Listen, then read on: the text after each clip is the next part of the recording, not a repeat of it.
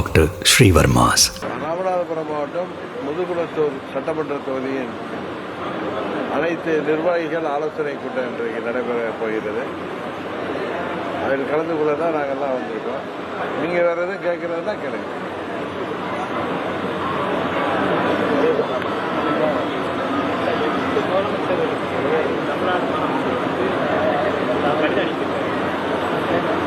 தமிழ்நாடு முதலமைச்சர் வந்து 8 மாநில முதலமைச்சர் உச்சநீதிமன்றத்தில் அனுப்பிய குறிப்பாக அனைத்து முதல்வர்கள் எதிர்ப்பு தெரிவிக்க நடத்தினார். வந்து 8 முதல்வர்கள் ஒன்றிணைந்து எதுக்காக குடியரசுத் தலைவர் வந்து உச்சநீதிமன்றத்தில் அனுப்பினார். குறிப்பான வந்து எதிர்ப்பு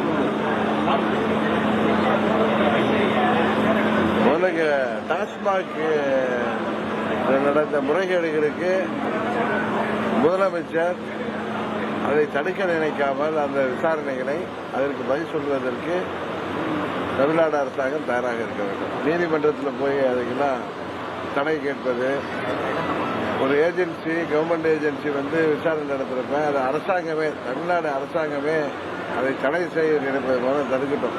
அதே முதல்ல அவர் அதை செய்யாமல் இருக்கட்டும். அதுக்கப்புறம் இதை பற்றியெல்லாம் பேசணும். பெரியார் அணையை வந்து பலப்படுத்த நடவடிக்கைக்கு முட்டுக்கட்டையாக வேலை அரசு தொடர்ச்சியாக இருந்து வருகிறது. இதை என்று உச்சநீதிமன்றத்தில் தமிழக அரசு விளக்கம். அங்கே போய் கேரள அரசாங்கம் தடையாக இருக்குன்னு சொல்லி அங்கே போய் மனு தாக்கல் செய்கிறாங்க. ஆனால் இங்கே பினராயி விஜயனோட அவங்க கூட்டணி கட்சியான கம்யூனிஸ்ட் கட்சியை சேர்ந்த பினராயி விஜயனோட சேர்ந்து கைகோர்த்து கொண்டு போராட்டம் நடத்துறாரு மத்திய அரசாங்கத்தை எதிர்த்து. இது மாதிரி இரட்டை வேடங்கிறது திமுகவுக்கு கைவந்த கலை. இதுலேருந்து அவங்க முல்லை பெரியாறு அணையில் அம்மா அவர்கள் உச்சநீதிமன்றத்தில் பெற்று தந்த தீர்ப்பை நிறைவேற்ற வலியுறுத்தி உச்சநீதிமன்றம் சொல்வதற்கு முன்பு இங்கே கூட்டணி கட்சியான கம்யூனிஸ்ட் கட்சியின் முதலமைச்சர் பினராயி விஜயனை அடிக்கடி சந்திக்கிறார்கள். அவர்கிட்ட பேசி இதுக்கு ஒரு நல்ல முடிவு கண்டிருக்க வேண்டும் என்பதுதான் எல்லோருடைய எதிர்பார்ப்பு. பிஜேபி கூட்டணி போயிருக்காங்க. ஆனால் வந்து எடப்பாடி என்ன சொல்றாங்க, முன்னாள் அமைச்சர் என்ன சொல்றாங்க, இந்த பிஜேபி கூட்டணியில் வந்து டிடிவிக்கு ஓபிஎஸ்க்கு வந்து இடம் சொல்றாங்க. எந்த அமைச்சர்கள் சொல்றாங்க? முன்னாள் அமைச்சருடைய பேச்சு ஓடி இருக்கு. இல்ல அது நீங்க அந்த பேட்டியெல்லாம் சரியா பார்த்துட்டு சொல்லுங்க. இதுக்கெல்லாம் நீங்க நான் நேரத்தே சொன்ன சென்னையில திரு நயினார் நாகேந்திரன் அவர்கள் பாஜகவின் தமிழ்நாடு தலைவர் அவர்கள்ட்ட இந்த கேள்வியை கேளுங்க. அவருக்கு சரியான, ஏன்னா என்டிஏ கூட்டணியின்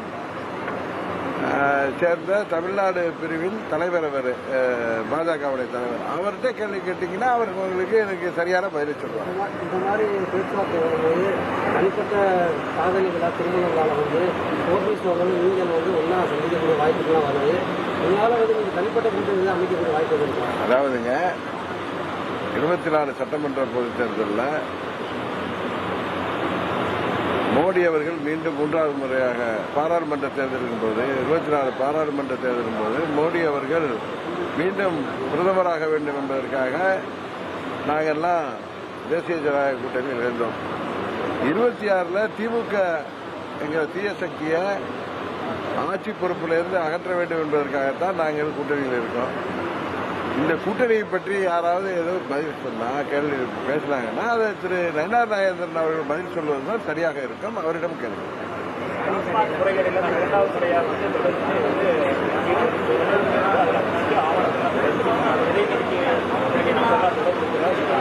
உதயநிதி அவர்களின் நெருங்கிய நண்பர், அவர் நிழல் போல் இருக்கக்கூடியவர் தான் ரித்தீஷ் என்பது எல்லாம் பேசிக்கிறாங்க. அவர் அரசாங்கத்தில் எந்த பதவி வைக்கிறதான்னு தெரியல. அவர் வந்து அவர் சம்பந்தமான குற்றச்சாட்டுகள்லாம் வருது. இதுக்கெல்லாம் அந்த முதலமைச்சர் தான் பதில் சொல்ல வேண்டியது.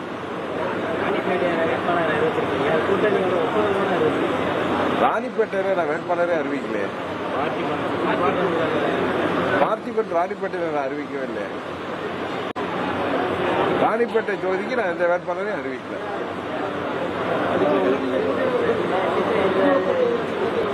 இந்த கேள்வியை நீங்க கேட்கறீங்க, நீங்க போட்டியிட போறீங்களான்னு கேட்குறீங்க. இது பத்திரிகை தர்மத்துக்கு உட்பட்டதுன்னா நான் அன்றைக்கு சோளிங்கர் பேசியது எப்படி கூட்டணி தர்மத்தை மீறியதாக இருக்கும். இப்போ நீங்க என்ன வந்து கேட்குறீங்க, கூட்டணியில் ஒரு கூட்டணியில் இருக்கிறப்ப நீங்க முதுகுளத்தில் போட்டியிடுவீங்களான்னு கேட்குறப்ப அதற்கு நான் ஒரு பதில் சொன்னால் அது கூட்டணி தர்மத்தை மீறிவிட்டதாக நீங்களே செய்திகள் வெளியிடுவீங்க. ஒரு கட்சியின் தலைவர் ஒரு தொகுதியில் பொதுக்கூட்டமோ இல்லை நிர்வாகிகள் கூட்டமோ நடத்துறப்ப தொண்டர்களையும் நிர்வாகிகளையும் உற்சாகப்படுத்துவதற்காக பேசுவதையெல்லாம் நீங்க கூட்டணி தர்மத்தை மீறிட்டதாக நீங்க ராணிப்பேட்டைன்னு தவறாக கேட்டீங்க. அப்படி சொல்றப்ப நீங்க இந்த கேள்வி கேட்கறீங்களே, நீங்க முதுகுளத்தூர்ல போட்டிடுவீங்களான்னு, இது எப்படி பத்திரிகை தர்மமா என்கிறத நீங்க தான் யோசிச்சு. முதல்வர் எல்லாருக்கும் எல்லாம் என்பது திராவிட மாடல், எல்லாருக்கும் இல்லை என்பது பாஜக மாடல் அப்படின்னு. எல்லாருக்கும் இல்லைன்னா அவங்க திமுகவின் முதல் குடும்பத்திற்கு தான் எல்லாருக்கும் எல்லாமே தவிர தமிழ்நாட்டு மக்களுக்கு கிடையாதுங்கிறத தேர்தல் வாக்குறுதிகள்ல 90% நிறைவேற்றாமல் இந்த ஆட்சியாளர்கள் மக்களை ஏமாற்றிக் கொண்டிருப்பதே தெரியும். அதனால அவங்க பேசுற அந்த தமிழ் வார்த்தை சாரங்கள்லாம் மக்கள் நம்ப மாட்டார்கள். இப்ப கூட பாத்தீங்கன்னா இன்னைக்கு தொலைக்காட்சிகள்ல பார்த்தோன்னா விசிலம்பட்டி அருகே தும்மக்குண்டுங்கிற ஊர்ல 10th எக்ஸாம்ல நிறைய மாணவர்கள் அங்க 9 பேர் ஃபெயில் ஆயிருக்காங்க. தமிழாசிரியரே இல்லை என்கிற நிலைமைக்கு அந்த பள்ளியில இல்லைங்கிற அளவுக்கு இந்த ஆட்சியாளர்கள் நடந்து கொண்டிருக்கிற போது இவர்கள் தமிழ் தமிழ் என்று கத்துவதெல்லாம் மக்களை ஏமாற்றுவதற்கு தான். 4 ஆண்டுகள் தமிழக அரசு ஆட்சியுடைய செயல்பாடு இதுவரை இப்படி ஒரு மோசமான ஆட்சி நடந்ததில்லை என்பதுதான் மக்கள் எல்லா இடங்களிலும் பேசிக் கொண்டிருக்கிறார்கள். இதற்கு 26 சட்டமன்ற பொதுத் தேர்தலில் நல்ல முடிவு தரும்.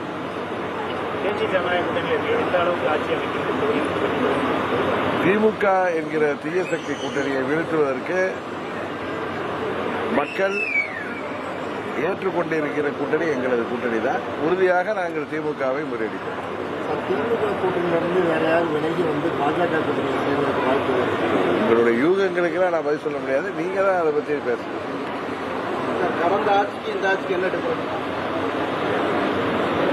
இந்த ஆட்சி இதுவரை நடந்த, ஏற்கனவே சொன்ன பதில், இதுவரை தமிழ்நாட்டில் நடந்த ஆட்சிகளிலே மோசமான ஆட்சியாக இந்த ஆட்சி நடைபெற்றுக் கொண்டிருக்கிறது. இதுவரை தமிழ்நாட்டில் நடைபெற்ற ஆட்சிகள்ல மிகவும் மோசமான ஆட்சியாக இந்த ஆட்சி நடைபெற்றுக் கொண்டிருக்குங்கிற இதுக்கு மேல நீங்க இதுல என்ன பதிலா நீங்க வேண்டியதை நீங்க எழுதி கொடுங்க. எடப்பாடி ஆட்சி இதுவரை நடந்த ஆட்சியிலேயே நான் தமிழ்ல தானே, நம்ம தாய்மொழியில தானே பேசுறேன்.